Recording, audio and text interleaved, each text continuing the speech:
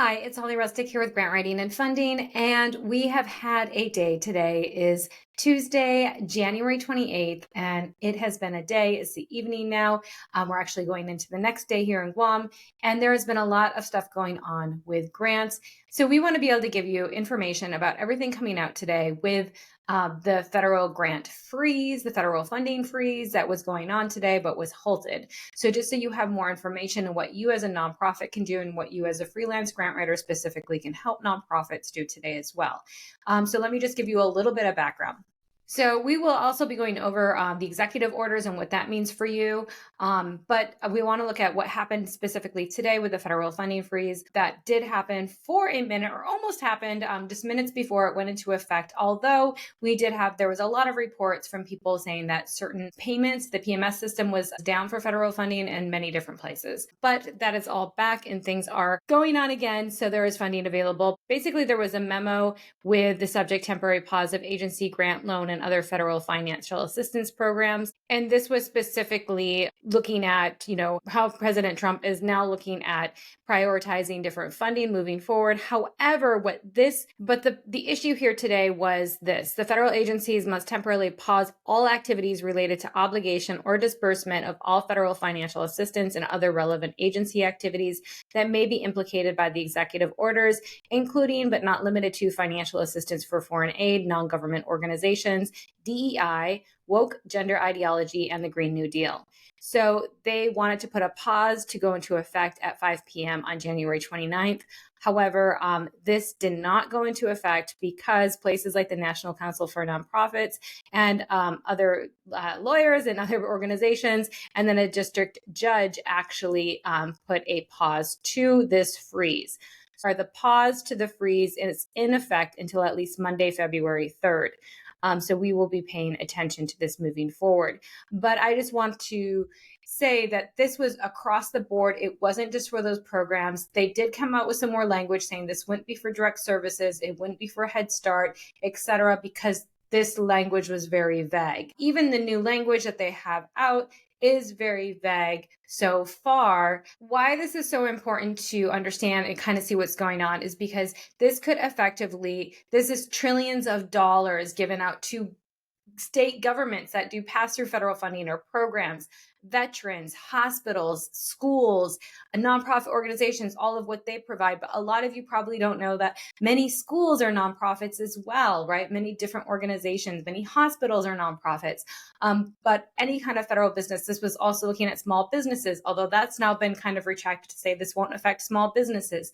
So trillions of dollars were potentially going to be frozen for at least until February 10th. This was going to be a completely review of all federal funds.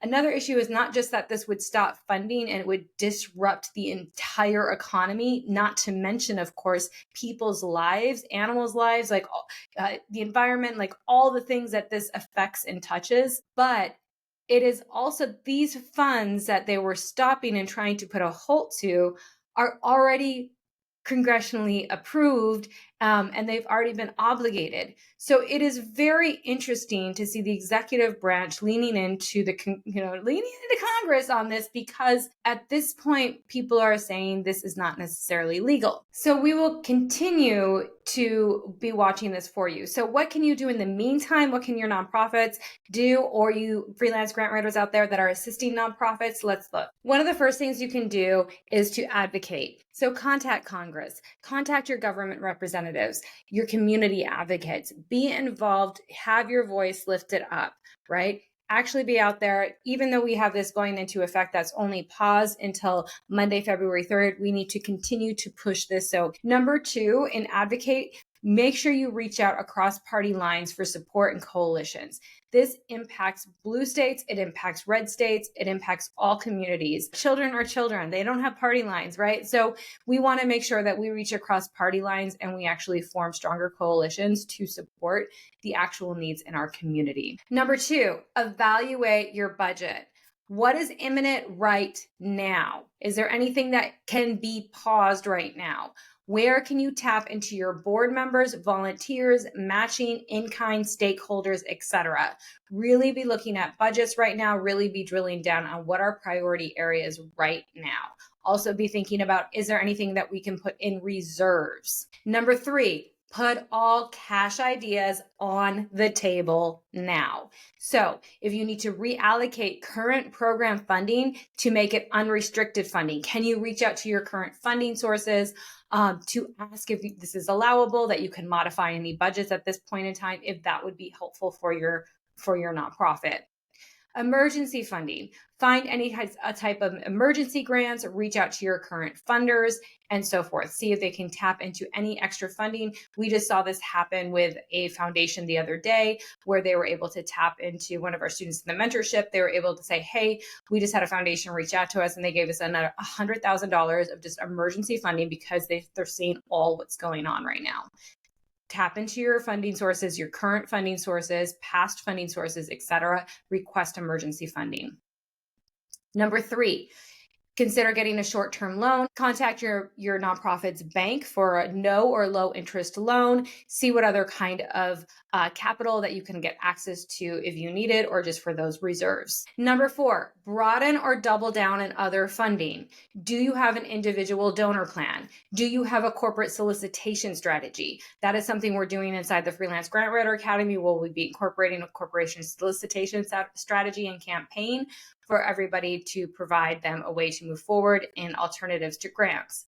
What events or other fundraisers do you have this year? Is it something that you can start reaching out to and saying, hey, we need a big sponsor for this. We're going to need more monies coming in the door. Can you go ahead and have the funding now? Can we get the check now? Can you drive a quick turnaround crowdfunding campaign? Can you create some social media posts really quickly, just to say how this is impacting your nonprofit, and come up with a quick crowdfunding campaign? Number 5, get out your strategic plan or conduct a strategic plan. Lean into and brainstorm more strengths and opportunities in your SWOT analysis. So a SWOT analysis stands for strengths, weaknesses, opportunities, and threats. Get that baby out and start going over it, and do this with your board and your stakeholders, right? And your stakeholders. That means community members that support you, funders that support you, etc. You want all brains on this, right? All the minds.